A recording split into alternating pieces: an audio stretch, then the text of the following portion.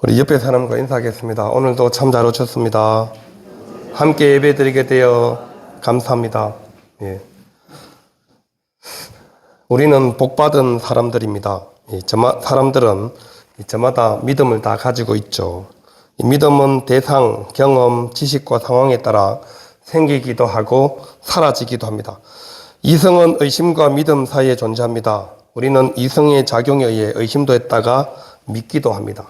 신앙인이라면 자신의 믿음이 어느 정도인지 점검의 필요가 있죠. 오늘날 이 사회적인 분위기 속에서 이 심각하게 등장한 보이스피싱, 보이스피싱이다 싶으면 뭐부터 해야 돼요? 의심을 먼저 해라. 그리고 일단 전화를 끊고 확인을 해라. 이렇게 계속 얘기하죠. 믿을 만한 이 문자이어도, 우리 얼마 전에 그 포항에 계시는 권사님, 아들 결혼식 한다고 문자가 온 거예요. 그래, 아들이 결혼해서 지금 애가 있는데, 그래서 이제 다른 권사님한테 전화해서 이 문자가 왔는데 뭐냐. 자기도 잘 모르겠다고. 조금 있다가 다시 이제 한 1시간 뒤에 보이스피싱이라고 해킹을 해서 그 권사님 이름으로 이제 오는 문자는 절대 클릭하지 말라고 이렇게 단체 문자가 왔다고 연락이 왔어요. 사실 모르면 그 아들이 지금 결혼해서 애가 있는지 전혀 모르는 그냥 권사님만 알고 있다. 그러면 어떻게 할까요? 아들 결혼하네. 그러고 그냥 누르는 순간, 그 폰은 이제, 여러분의 폰이 아닙니다. 남의 폰입니다. 그렇게 되는 거죠. 그래서 일단 의심부터 해라. 계속 그런 얘기를 하죠. 의심하는 게 사실은 나쁜 건 아닙니다. 그죠? 신중과 의심이 이제 연결되는 겁니다. 신중하게 한 번 더, 이게 맞나? 이 문자가 나한테 온 게 맞나? 확인을 하는 거죠. 그래서 오늘날 이런 우리 사회 속에서 계속, 요즘 이제 그래서 문자도 잘 보내기가 쉽지가 않죠. 교회도 그렇습니다. 교회도 여러분. 한동안 요즘은 조금 이제 대놓고 이제 열심히 전도를 하지만 신천지가 한때 교회를 열심히 다녔죠. 그래서 그들을 일명 추수꾼이라고 불렀습니다. 그래서 교회 와서 새가족 등록하셨는데 열심히 갑자기 막 등록하자마자 새가족으로 왔는데 너무 열심히 교회 생활을 적극적으로 하거나 그렇게 하면은 일단 의심을 해라. 여러분, 교회 왔는데, 열심히 하는데, 의심을 해라. 그게 말이 돼요? 근데 지금 신천지 때문에 그렇게 됐습니다. 그래서 좀 지나 보니까 정말, 신천지 이긴 게 또 탈로 나서, 이렇게 어려움을 겪고 있는 이런 일들이 우리 지금 한국 사회에, 그리고 한국 교회 안에도 여전히 물론 신천지는 이제 요즘은 대놓고 이제 자기들이 신천지라고 얘기하고 이렇게 포교 활동을 하긴 합니다만 한때 그랬다는 거죠. 교회에 새가족이 오는데 별로 이게 좋아하지를 못하는 거죠. 큰 교회도 마찬가지, 작은 교회도 마찬가지였습니다. 한동안 신천지 때문에 교회 와서 열심히 신앙생활하고 싶은데 물론 이제 아는 사람 통해서 오든지 신분이 분명한 사람 외에는 다른 교회에서 신앙생활 하다가 좀 마음이 상해서 교회를 옮겼으니까 자기 하던 대로 열심히 할 수도 있잖아요. 근데 열심히 하는 모습을 보고 사람들이 계속 저 사람 신천지 아니야? 그렇게 의심을 한다는 거죠.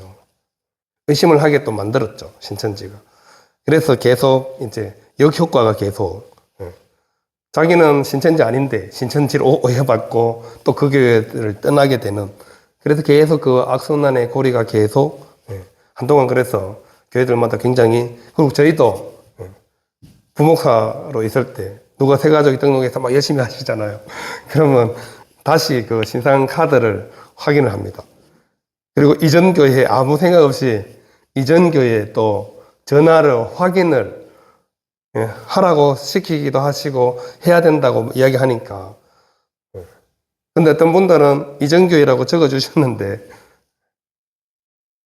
그 교회에서 모르시더라고요. 그런 경우도 있었고 그렇습니다. 물론 저는 확인도 하지 않고 아무것도 하지 않습니다. 그러면 신천지가 우리 교회 와서 믿음 생활 잘하면 되죠. 그렇죠. 이단도 변화되고 구원받아야 할 영혼들이잖아요. 이단에 잠시 빠져 있는 거지. 물론 쉽진 않습니다. 그럼에도 불구하고 우리는 의심에서 출발은 하지만 그 의심이 의심으로 그냥 그대로 남아있으면 안 된다는 것이 오늘 본문에서 우리에게 들려주는 말씀입니다. 우리가 잘 아는 12명 제자 중에 오늘 등장하는 주인공이 누구예요? 도마죠. 도마. 여러분 도마 잘 쓰고 계시죠? 도마. 도마에게는 별명이 있습니다. 디두모라는 별명이 있죠. 시몬에게 게바라는 별명이 있듯이 이 도마도 디두모라는 별명이 있는데 이 디두모라는 뜻이 뭐냐 하면 쌍둥이 그리고 이중성이라는 뜻을 가지고 있습니다. 그래서 우리는 오늘 도마가 예수님을 만나는 현장에 없었죠. 첫 번째 주일에 예수님께서 나타나셨는데 그때 다른 제자들은 다 있었는데 무슨 사정이 있었는지는 모르지만 그 자리에 도마가 없었습니다. 그리고 나머지 10명의 제자들이 우리가 주님을 보았다. 주님이 다시 부활했다. 주님이 살아났어. 이런 이야기를 하니까 도마는 뭔 소리야. 주님 분명히 십자가에서 돌아가셨는데 그리고 장례까지 치렀는데 그리고 도마의 이 머릿속에는 주님이 끔찍하게 죽으신 것이 아주 심각하게 각인이 되었고 물론 그 현장에는 없었지만 이미 자기가 3년 동안 열심히 따라다니던 예수님이 십자가에서 비참하게 죽은 사실을 잘 알고 있었기 때문에 10명의 제자들이 다 같이 똑같이 우리가 주를 보았다 이렇게 말하는데도 나는 믿지 못하겠다 그랬습니다. 왜 믿지 못하겠다 그랬어요? 자기가 주님이 어떻게 죽었는지를 너무 잘 알고 있기 때문에 그렇게 돌아가셨는데 살아나다니 어떻게 그런 거죠. 어떻게 살아날 수 있지? 10명이 근데 한꺼번에 얘기하니까 반신반의 되는 거죠. 뭐 한두 사람이 봤다 그러면 에이 거짓말 하지 마 이러면 되는데 10명이 똑같이 우리가 주를 보았다 하니까 그래도 도마는 못 믿었습니다. 그래서 내 손가락을 그 손을 만져봐야지 그리고 그 찔린 창자국에 내 손을 넣어봐야지 그래야 믿겠다 이렇게 말하는 겁니다. 도마가 못 믿겠다 하는 말은 예수님을 믿기를 거절하겠다 하는 것입니다. 믿을 수 없다는 강한 의지가 이 도마의 말 속에 들어가 있는 거죠. 예수님이 어떻게 죽었는데 그분이 살아나시다니 도저히 못 믿어지는 거죠. 오늘날 우리가 열심히 전도해보면 하나님 믿으라고 얘기해보면 세상 사람들이 우리에게 하는 말 똑같죠. 하나님, 예수님을 보여주면 믿겠다는 거죠. 보여줘봐. 그럼 내가 믿을게. 당장 믿을 수 있어. 그렇게 얘기합니다. 근데 하나님은 영이시니 우리도 못 보는 하나님을 뭐 어떻게 보여주겠어요. 그래서 더 이상 대화가 안 되는 그런 걸 우리가 많이 경험하게 되죠. 지금 10명의 제자들의 심정도 똑같습니다. 자기들은 예수님을 받고 예수님을 만났는데 그 자리에 없었던 도마가 절대로 못 믿겠다. 나는 믿기를 거절하겠다. 아주 단호하게 얘기하니 더 이상 뭐 설명할 수 없는 상황이죠. 그래서 도마에게 붙은 별명이 하나 더 있습니다. 이거는 우리가 붙여준 별명이죠. 의심 많은 도마. 그죠? 복음성가 가사에도 들어 있었는데 의심 많은 도마. 의심 많은 도마가 의심할 수밖에 없는 상황이 되었죠. 그런데 이제 그 의심 많은 도마를 그냥 내버려 두지 않으시고 오늘 본문에 보면 8일이 지나서 예수님이 다시 그 자리에 나타나십니다. 이번에는 도마도 함께 그 자리에 있었습니다. 여러분 8일이라는 의미는 굉장히 중요한 의미입니다. 재창조의 의미가 있습니다. 그리고 이미 6월절 축제 기간 7일이 다 끝났고 새로운 주일이 되었다는 의미도 함께 포함되어 있습니다. 지난주에는 주님이 부활하셨을 때 도마는 현장에 없었는데 이번 주일에는 참석했습니다. 주일 예배 안 빠지고 참석했어요. 근데 그 자리에 똑같이 지난주처럼 문도 닫혀 있었는데 예수님이 평강이 있을지어다 하시고 들어오셨습니다. 들어오자마자 제일 먼저 하시는 말씀이 뭐였어요? 도마에게 하는 말이죠. 도마에게. 뭐라고 얘기하세요? 도마에게. 네 손으로 내 손을 만져봐라. 네 손으로 내 옆구리를 넣어봐라. 그리고 믿음 없는 자가 되지 말고 믿는 자가 되라. 이 물음을, 이 말씀을 도마에게 해주시잖아요. 여러분, 우리가 도마에 대해서 또 요한 사도가 특별히 도마에 대해서 기록하는 본문이 두 군데 더 나타납니다. 요한복음 11장 16절에 보면 디두모라고도 하는 도마가 다른 제자들에게 말하되 우리도 주와 함께 죽으러 가자 하시니라. 나사로 살리러 죽었으니까 이제 살리러 가야 되겠다. 예수님께서 하시는 말씀을 듣고 도마가 한 말이 바로 11장 16절 말씀입니다. 우리도 주님과 함께 죽으러 가자. 지금 나사로를 살리러 가겠다는데 도마는 엉뚱한 말을 하는 거죠. 또 14장 5절에 보면 예수님께서 너희는 마음에 근심하지 말라. 하나님을 믿으니 또 나를 믿어라. 그리고 하나님 나라로 내가 거처를 예비하러 가서 거처를 마련하면 너희를 데리러 다시 내려오시겠다. 그리고 나 있는 곳에 너희도 있게 하겠다. 이 말씀을 하시고 난 다음 14장 5절에 도마가 이렇게 말합니다. 주여 주께서 어디로 가시는지 우리가 알지 못하거늘 거기를 어찌하겠사옵나이까. 주님이 지금 열심히 설명해 줬잖아요. 아무것도 근심하지 말고 염려하지 말고 내가 하늘로 가서 다시 거처를 마련하면 다시 너희를 데리러 오겠다. 그렇게 잘 설명하고 있는데 도마는 어디로 가시는지 우리가 알지 못하거늘 어찌 그 길을 알겠습니까? 땡뚱맞게 또 엉뚱한 대답을 하는 겁니다. 이런 도마가 부활하신 예수님을 직접 눈으로 보지 못했다고 해서 10명이 다 봤다는데 굳이 자기는 못 믿겠다. 직접 확인해야지 믿겠다. 그렇게 말을 하고 있는 겁니다. 여러분, 이 의심이 죄도 아니고 나쁘지 않습니다. 여러분, 믿음은 의심부터 출발합니다. 의심해보고, 확인해보고, 그 다음 더 좋은 믿음으로 나아갈 수 있죠. 주님께서 그런 도마를 찾아와서 뭐 책망하거나, 야, 10명이나, 나를 봤다고 얘기하는데 왜 너만 못 믿냐? 예전에도 엉뚱한 소리만 하더만, 아직도 그러냐? 이렇게 책망할 수도 있잖아요. 주님 나타나셔서. 그런데 그렇게 주님은 책망하지 않았다는 거죠. 주님은 찾아오셔서 제일 먼저 확인해보고 싶으면 해봐라는 거죠. 꼭 확인해보고, 하지만 확인해보고 확실하게 믿음을 가져라고 도마를 오히려 다독거려 주는 모습을 우리가 볼 수 있죠.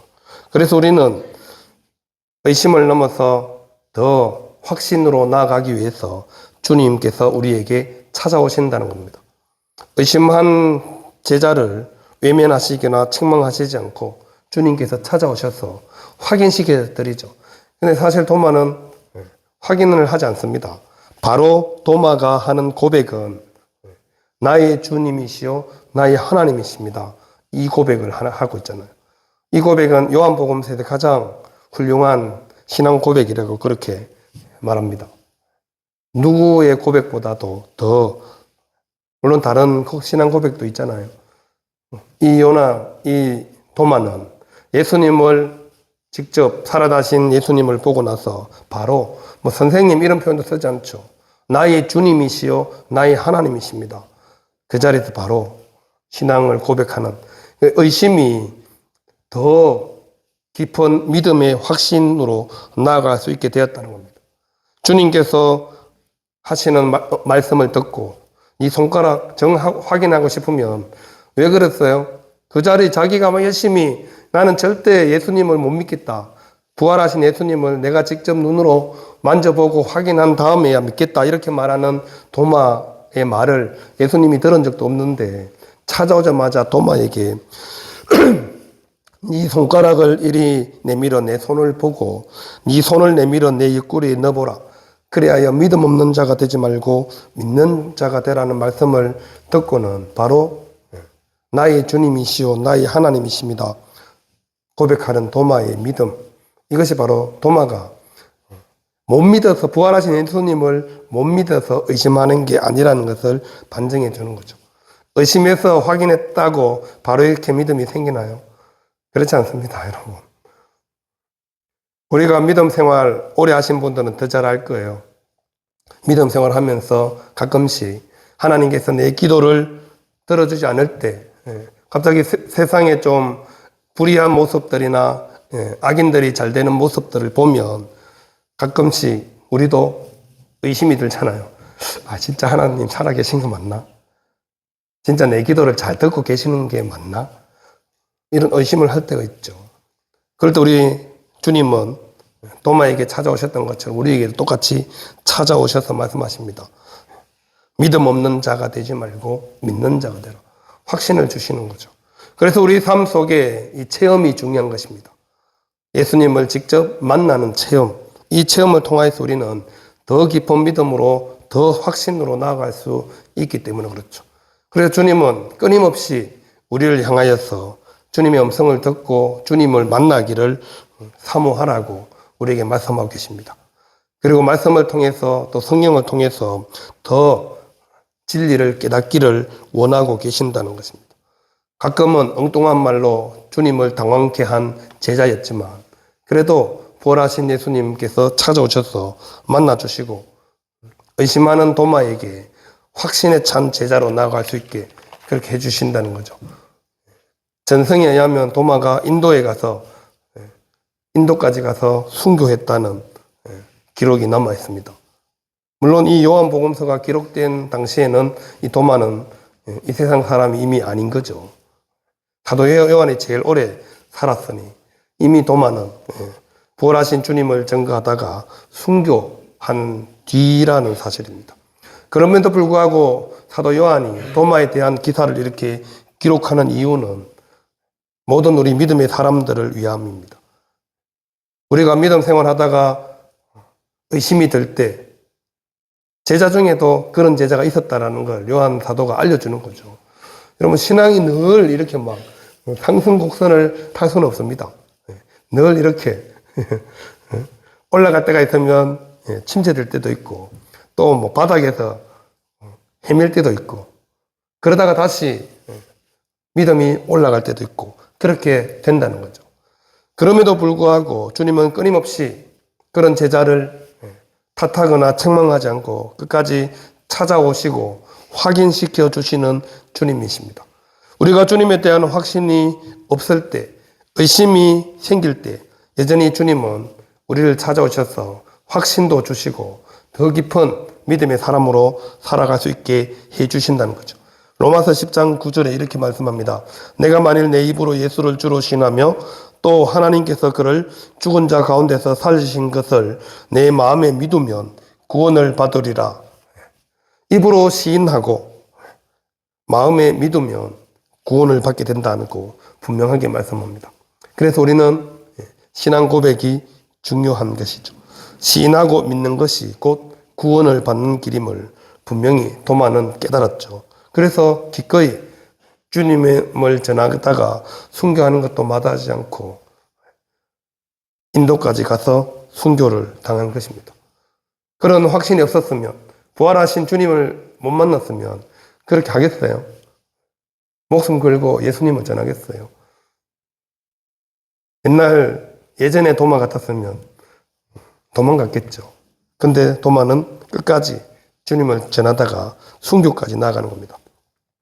예수님이 죽은 지 사흘 만에 부활하셨고 또 그 부활하신 주님을 만남으로 말미암아 변화된 모습을 분명하게 우리에게 보여주고 있습니다. 그래서 29절은 이렇게 얘기하고 있죠. 너는 나를 본고로 믿느냐? 보지 않고 믿는 자들은 복되도다. 누구를 위한 말씀일까요? 오늘날 예수님을 믿는 모든 그리스도인들을 위한 말씀입니다. 도마는 당시대에 예수님을 만질 수 있고 확인할 수 있지만 우리는 직접 눈으로 손으로 만져볼 수는 없잖아요. 말씀을 듣고 성령의 도우심으로 예수님이 십자가에 죽으셨다가 부활하셨구나 그렇게 믿고 계시는 거잖아요. 그러니까 보고 믿는 자보다 보지 않고 믿는 자들이 더 복되다 말씀하신 주님의 말씀처럼 우리가 더 복 있는 사람입니다. 누구보다도요. 예수님의 제자들보다, 도마보다도. 지금 예수님을 믿고 예수님을 나의 주님으로, 나의 하나님으로 믿고 살아가는 우리가 더 복 있는 사람이라는 것을 분명하게 주님께서 말씀하신 겁니다. 보고 믿는 거야 누구나 다 할 수 있는 일이죠. 보여주면 여러분 다 믿습니다. 봤으니까. 보여주면 다 믿죠. 누가 못 믿겠어요? 안 보고 믿는 게 믿음이죠. 그래서 히브리서 기자가 그럽니다. 믿음은 바라는 것들의 실상이요 보지 못하는 것들의 증거다. 이미 보면 그것은 믿음이 아닙니다. 사실이죠. 이미 확인했는데 그게 더 믿음이 뭐가 필요해요. 눈으로 봤는데 보지 못하기 때문에, 볼 수 없기 때문에 믿음으로 보는 것이라고 말씀하고 있는 것이죠. 그래서 우리가 예수님의 제자들보다 더 큰 일을 할 수 있는 사람들이고, 주님께서 말씀하신 대로 보지 못하고 믿는 자들이 더 복된 삶을 살아가고 있는 것입니다. 그래서 처음에 제가 얘기했죠. 우리가 복 있는 사람들입니다. 한번 따라해 볼까요? 내가 복된 사람이다. 그렇죠. 여기 있는 저와 여러분들이 가장 복된 사람들입니다. 그래서 이 요한 사도는 20장 마지막에 이 책을 기록한 목적을 상세하게 설명하고 있죠. 31절을 같이 한번 읽어볼까요? 시작. 오직 이것을 기록함은 너희로 예수께서 하나님의 아들 그리스도이심을 믿게 하려 하며 또 너희로 믿고 그 이름을 힘입어 생명을 얻게 하려 함이니라. 아멘. 이 책에 기록되지 아니한 다른 표적들도 너무 많습니다. 하지만 요한은 특별히 딱 중요한 표적들만 기록하고 있죠. 그리고 이것을 기록하는 목적은 예수님께서 하나님의 아들 그리스도이심을, 하나님의 아들이 바로 예수님이시고 그분이 구세주이심을 읽는 독자들로 하여금 믿게 하려 합니다. 그리고 너희로 믿고 그 이름을 힘입어 생명을 얻게 하려 합니다. 이렇게 말씀하고 있습니다. 의심에서 믿음으로, 또 믿음에서 생명으로 나아가게 하기 위해서 이 요한복음서를 기록하고 있다 말씀하고 있는 거죠. 예수님께서 진짜 살아나신 게 맞나? 나는 진짜 예수님처럼 부활할 수 있나? 이런 의심이 들 때도 우리는 여전히 걱정할 필요가 없습니다. 주님께서 다시 우리에게 믿음의 확신을 허락해 주십니다.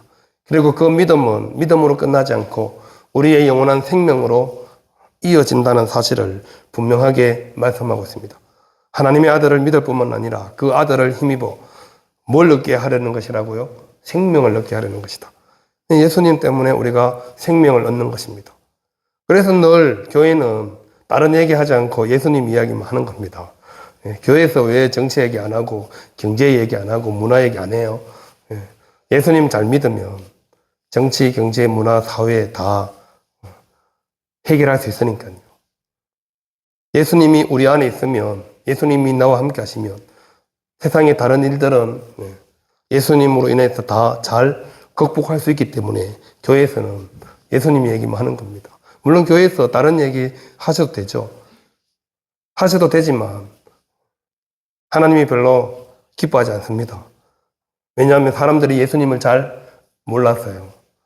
정치, 경제, 사회 얘기는 교회에서 안 해도 세상에서 얼마든지 많이 하잖아요.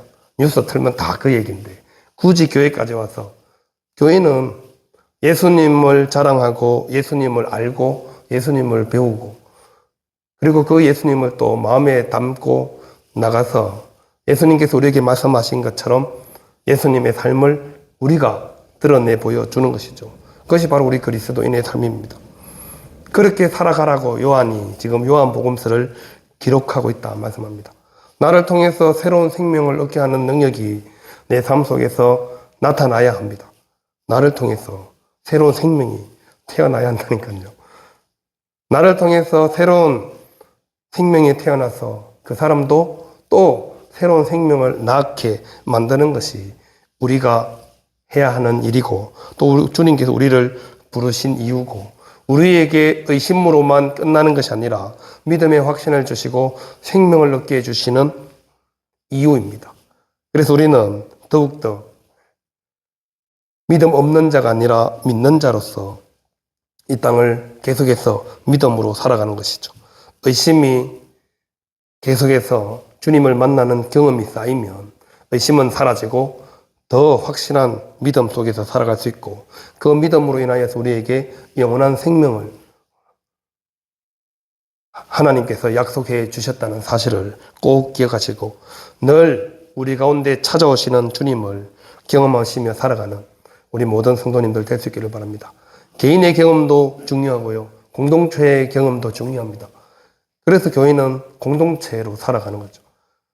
개인의 믿음이 함께 시너지의 효과를 발휘할 때 공동체의 경험이 되는 겁니다. 그래서 우리는 함께 중보 기도하고 또 같이 기도 제목을 나누고 함께 믿음의 간증을 하는 것이죠. 내가 살아오면서 하나님께서 나에게 이런 일을, 또 함께 믿음 생활하며 기도하는 우리에게, 우리 교회에 하나님이 이런 일을 보여주셨다는 것을 경험할수록 우리의 믿음이 점점 더 성숙하고 성장해 가는 것입니다.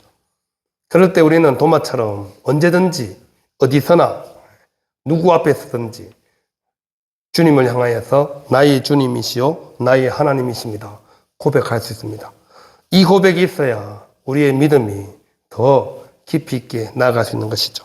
그래서 우리 모든 성도님들이 도마가 고백하는 것처럼 주님을 향하여서 나의 주님, 나의 하나님으로 늘 고백하시며 살아가는 저와 우리 모든 성도님들 다 될 수 있기를 바랍니다. 기도하겠습니다.